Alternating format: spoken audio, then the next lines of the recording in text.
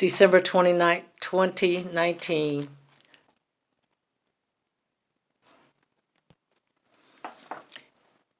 In December, we were also excited about the new year coming in, making plans for what was going to take place. I began planning for my birthday in mid-February. I purchased tickets to see Tom Brown at the Downtown Theater in Fairfield, California, and had made dinner reservations at Chez Soul for March the 14th.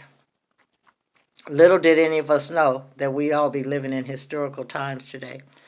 Coronavirus hit and changed the course of our lives.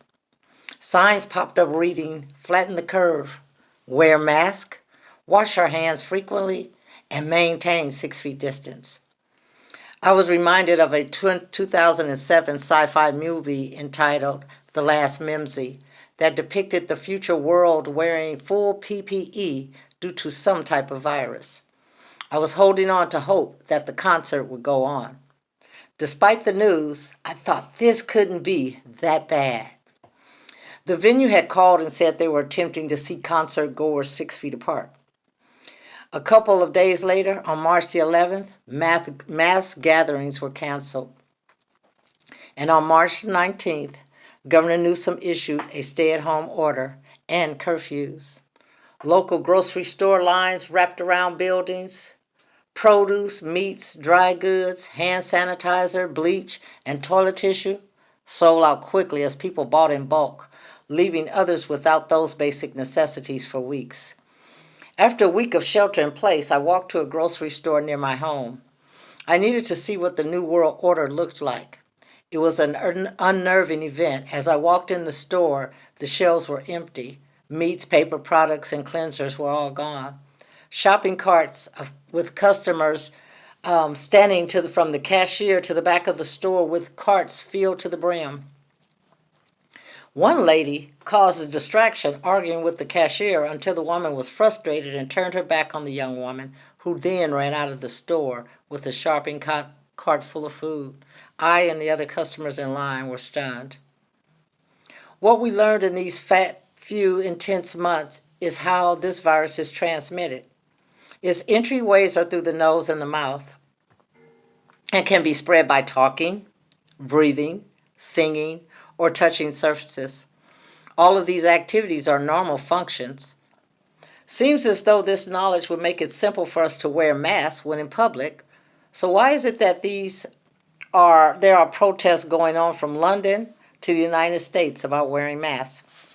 Social and personality psychologist Mark Leary, in an interview on the Today Show, said people are feeling a threat to their personal freedom that creates psychological reactance or an instant desire to regain freedom, and that reactance is often accompanied by anger.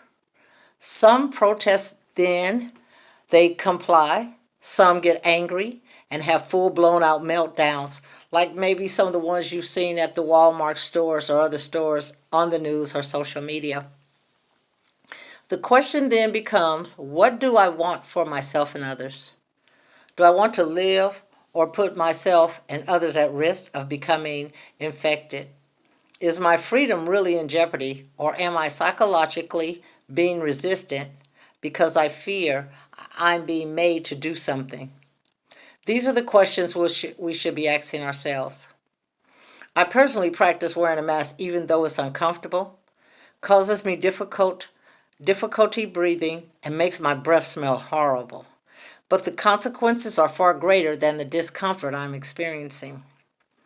When I ask, "Where's your mask?" I'm asking out of concern for you as well as myself. My hope is that you'll consider the latter questions versus all the experiences of canceled birthdays, graduations, homegoing services for loved ones, the long lines in the grocery stores, and sheltering in place we've had to adjust to.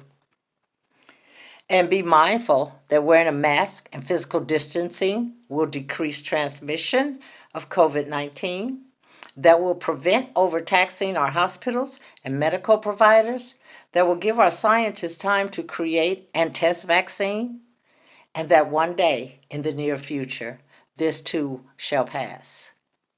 So, back to the original question.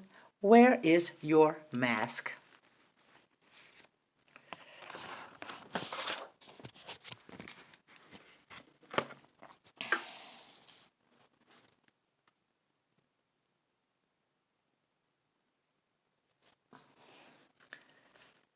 Use your mask.